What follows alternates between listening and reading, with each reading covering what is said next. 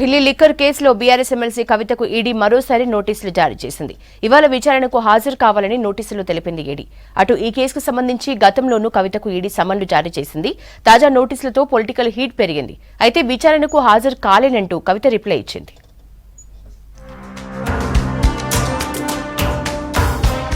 Delhi liquor కేసులో MLC Kalvakuntla కవితకు మరోసారి నోటీసులు ఇచ్చింది.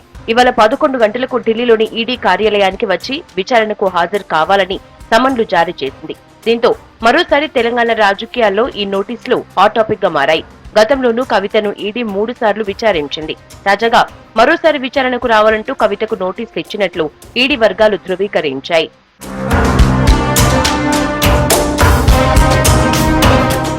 గతంలో 2 సార్లు కవితకు ఈడీ అధికారులు నోటీసులు ఇచ్చారు. ఈ కేసులో 2 రోజులు విచారించిన ఈడీ తీరుపై కవిత సుప్రీంకోర్టులో పిటిషన్ కూడా వేశారు. ఈడీ విచారణ సమయంలో కవిత అరెస్ట్ అయ్యే ఛాన్స్ ఉందంటూ ప్రచారం జరిగింది. ఇన్ని రోజుల తర్వాత మళ్లీ కవితకు ఈడీ నోటీసులు జారీ చేయడంతో బీఆర్ఎస్ నాయకులు, కార్యకర్తల్లో టెన్షన్ నెలకొంది.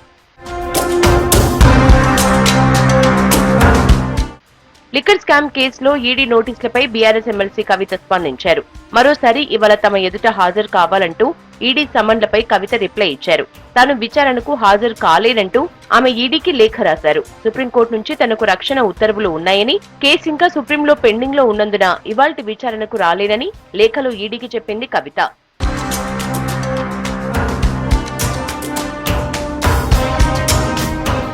అటు ఢిల్లీ లిక్కర్ స్కామ్ కి సంబంధించి ఆగస్టు 17, 2022న తెలుగు రాష్ట్రాలు సహా 8 స్టేట్లలో అవకతవకలు జరిగినట్లు సిబిఐ కేసు నమోదు చేసింది. సిబిఐ ఎఫ్ఐఆర్ ఆధారంగానే 2022 సెప్టెంబర్ 21న ఈడీ ఎంక్వైరీ చేపట్టింది. అయితే ఈ కేసులో ఆప్ కమ్యూనికేషన్ ఇన్ఛార్జ్ నాయర్ ను అరెస్ట్ చేశారు. నవంబర్ 26న తొలి ఛార్జిషీట్ నమోదు చేసిన ఈడీ 291 కోట్ల మేర అక్రమ లావాదేవీలు జరిగాయన్నారు. 2022 డిసెంబర్ 2న విచారణకు హాజరు కావాలంటూ సిబిఐ కవితకు నోటీసులు ఇచ్చారు. డిసెంబర్ 11న కవితను సిబిఐ విచారణ చేపట్టింది. మార్చి 8న విచారణకు రావాలంటూ కవితకు ఈడీ నోటీసులు ఇచ్చింది. మార్చి 11న ఈడీ ఎదుట కవిత హాజరయ్యారు.